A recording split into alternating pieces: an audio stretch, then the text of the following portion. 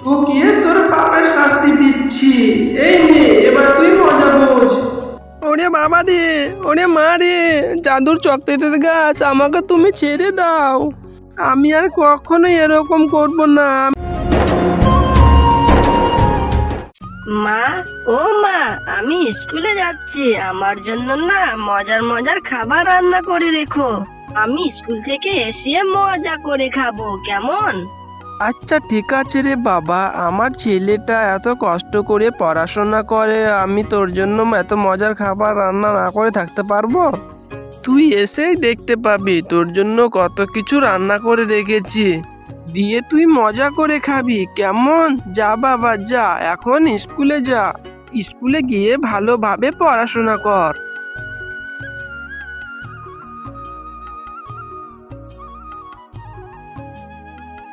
আরে এই টয়া, এই তুই এভাবে দাঁড়িয়ে আছিস কেন রে? ঘরে কি কোনো কাজকর্ম নেই?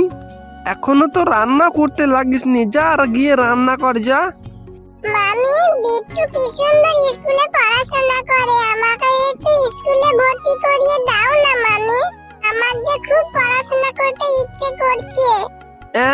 এসেছে পড়াশোনা করতে, যা। আমার যে ঘাড়ের ওপরে বসে বসে খাচ্ছিস, তোর 3 বেলা খাবারই তো জোগাড় করতে আমার কত কষ্ট হচ্ছে, আবার এসেছিস এখন পড়াশোনা করতে। পড়াশোনা করার কোনো দরকার নেই, পড়াশোনা দিয়ে করতে যাচ্ছিস, তোর টাকা কোথায় পাবি? হ্যাঁ, তোর মা তো মরে গিয়ে বেঁচেছে, এখন যত জ্বালা আমার। এটা দাও ওটা দাও, বায়না করতেই থাকিস। যা যা, তাড়াতাড়ি যা, রান্না বসা।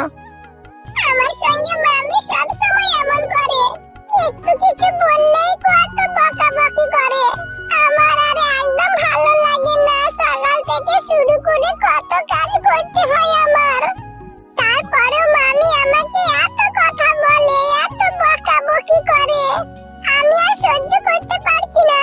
আরে এই টয়া, এখনো রান্না করছিস? এত বিড়বিড় করছিস কেন? রান্না কি হলো? বিড়বিড় করা বাদ দিয়ে তাড়াতাড়ি রান্না কর, আবার যে বাজারেও যেতে হবে।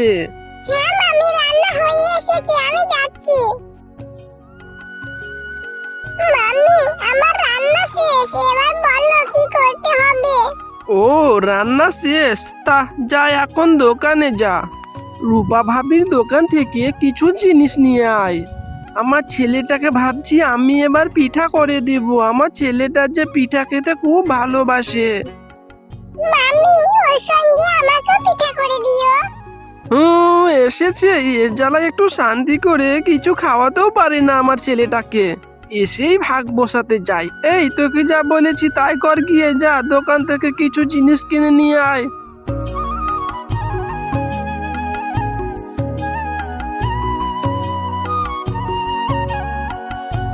বল্টু, তোমরা দুজনে চকলেট খাচ্ছ? এই চকলেটগুলো খেতে কি অনেক মজা। চকলেটগুলো দেখতে খুব লোভনীয় মনে হচ্ছে। এগুলো কি তোমার মায়ের দোকানের চকলেট? হ্যাঁ রে টয়া, এগুলো আমার মায়ের দোকানের চকলেট। এই চকলেটগুলো খেতে অনেক মজা। তা তুই কোথায় যাচ্ছিস রে টয়া? আমি তোমার মায়ের দোকানে যাচ্ছি। মামি আমাকে দোকান থেকে কিছু জিনিস আনতে বলেছে। টয়া, অনেকদিন হয়ে গেল তোর সঙ্গে একটু খেলাও করতে পারছি না, তো তুই কখন সময় পাস রে? সারাদিনই তো তোকে কাজ করতে হয়। আমার কোনো অবসর সময় নেই রে, আমায় সারাদিনই কাজ করতে হয়। আহারে টয়া, যদি তোর মা বেঁচে থাকতো তাহলে তো এমন দিন আসতো না রে টয়া, আর তোকেও সারাদিন কাজ করতে হতো না। আচ্ছা ঠিক আছে রে টয়া, তুই তাহলে দোকানে যা, এই হলে তোকে আবার তোর মামি মারবে। রূপা কাকিমা, আমায় 100 টাকার কিছু গুড়, ময়দা, চিনি দাও তো। এই নে মিনা, 100 টাকা সবই দিয়েছি তোকে। রূপা কাকিমা, তোমার দোকানের ওই যে চকলেটগুলো দেখে মনে হয় খুবই মজা। এগুলো না দেখলাম বল্টুরা 2 বন্ধু মিলে খুব মজা করে খাচ্ছে।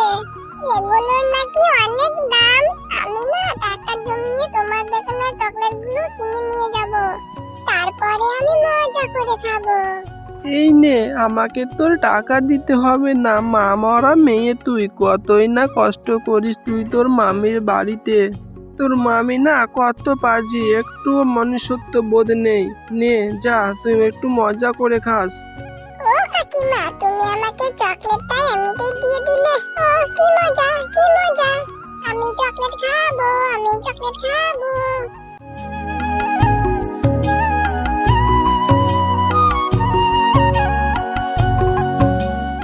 কি রে টয়া, তুই এখন গেছিস বাজারে? এত সময় লাগে?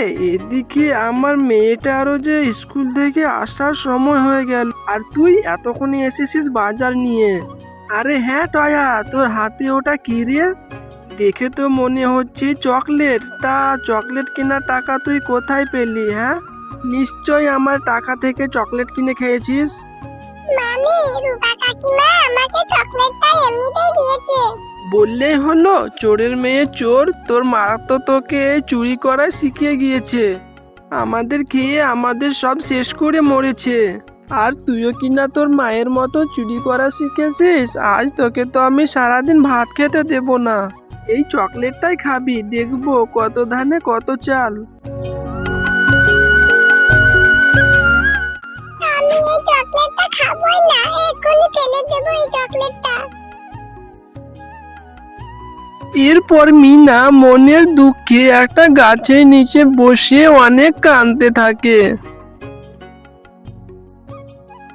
এই চুড়ি, তুই এখানে বসে বসে এত কাঁদছিস কেন রে? তোর জন্য আমি একটু গাছতলায় ঘুমিয়েও শান্তি পাচ্ছি না। এরপর মিনা তার সব কথা শাকচুন্নিকে খুলে বলে। ও, তোর পঞ্চায়েত মামি এত খারাপ? তুই চিন্তা করিস না রে, চকলেট খাবি তুই। তুই যেখানে চকলেটটা ফেলেছিস, কাল সকালে উঠে দেখবি সেখানে একটা অনেক বড় চকলেটের গাছ হয়েছে। চকলেটের গাছ থেকে তুই যত ইচ্ছে চকলেট খেতে পারবি। তুমি সত্যি বলছো শাকচুন্নি? আচ্ছা ঠিক আছে।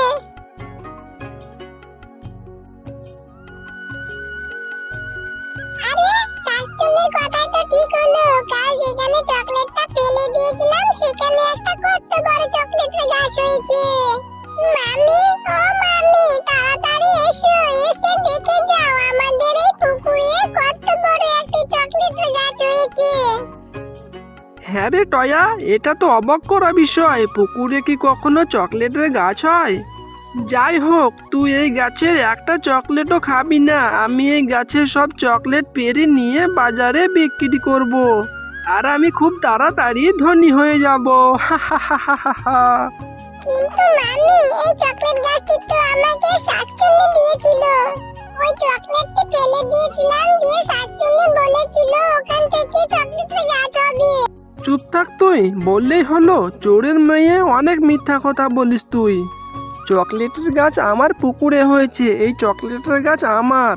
দুষ্টু বাঘিনী, তুই অনেক লোভী। এই মেয়েটাকে একটুও শান্তি দিসনি, অনেক অত্যাচার করেছিস। আবার এখন নাকি মেয়েটির চকলেটের গাছ থেকে চকলেটও খেতে দিতে চাস না? তোকে তোর পাপের শাস্তি দিচ্ছি। এই নে, এবার তুই মজা বোঝ। ওরে বাবা রে, ওরে মা রে, জাদুর চকলেটের গাছ, আমাকে তুমি ছেড়ে দাও। আমি আর কখনো এরকম করব না। আমি টয়াকে আমার নিজের ছেলের মতো আদর যত্ন করব। জাদুর চকলেটের গাছ, তুমি আমার মামিকে ছেড়ে দাও। মামি ছাড়া যে আমার আর কেউ নেই। মামি আর কখনো এরকম করবে না। আচ্ছা ঠিক আছে টয়া, আমি শুধু তোমার কথায় একে ছেড়ে দিচ্ছি। আর সে যদি তোমার সাথে ভবিষ্যতে খারাপ ব্যবহার করে, তাহলে তাকে আমি আর ছাড়বো না, বলে দিলাম। তো বন্ধুরা, আজকে জাদুর চকলেটের গাছের গল্পটি তোমাদের কেমন লেগেছে? যদি গল্পটি ভালো লেগে থাকে তাহলে লাইক, কমেন্ট আর সাবস্ক্রাইব করে আমাদের পাশেই থেকো। আর হ্যাঁ, এমন সুন্দর সুন্দর গল্প পেতে চাইলে পাশে থাকা বেল আইকন বেলটি চাপ করতে ভুলো না কিন্তু। টাটা, বাই বাই বন্ধুরা, দেখা হচ্ছে পরবর্তী ভিডিওতে।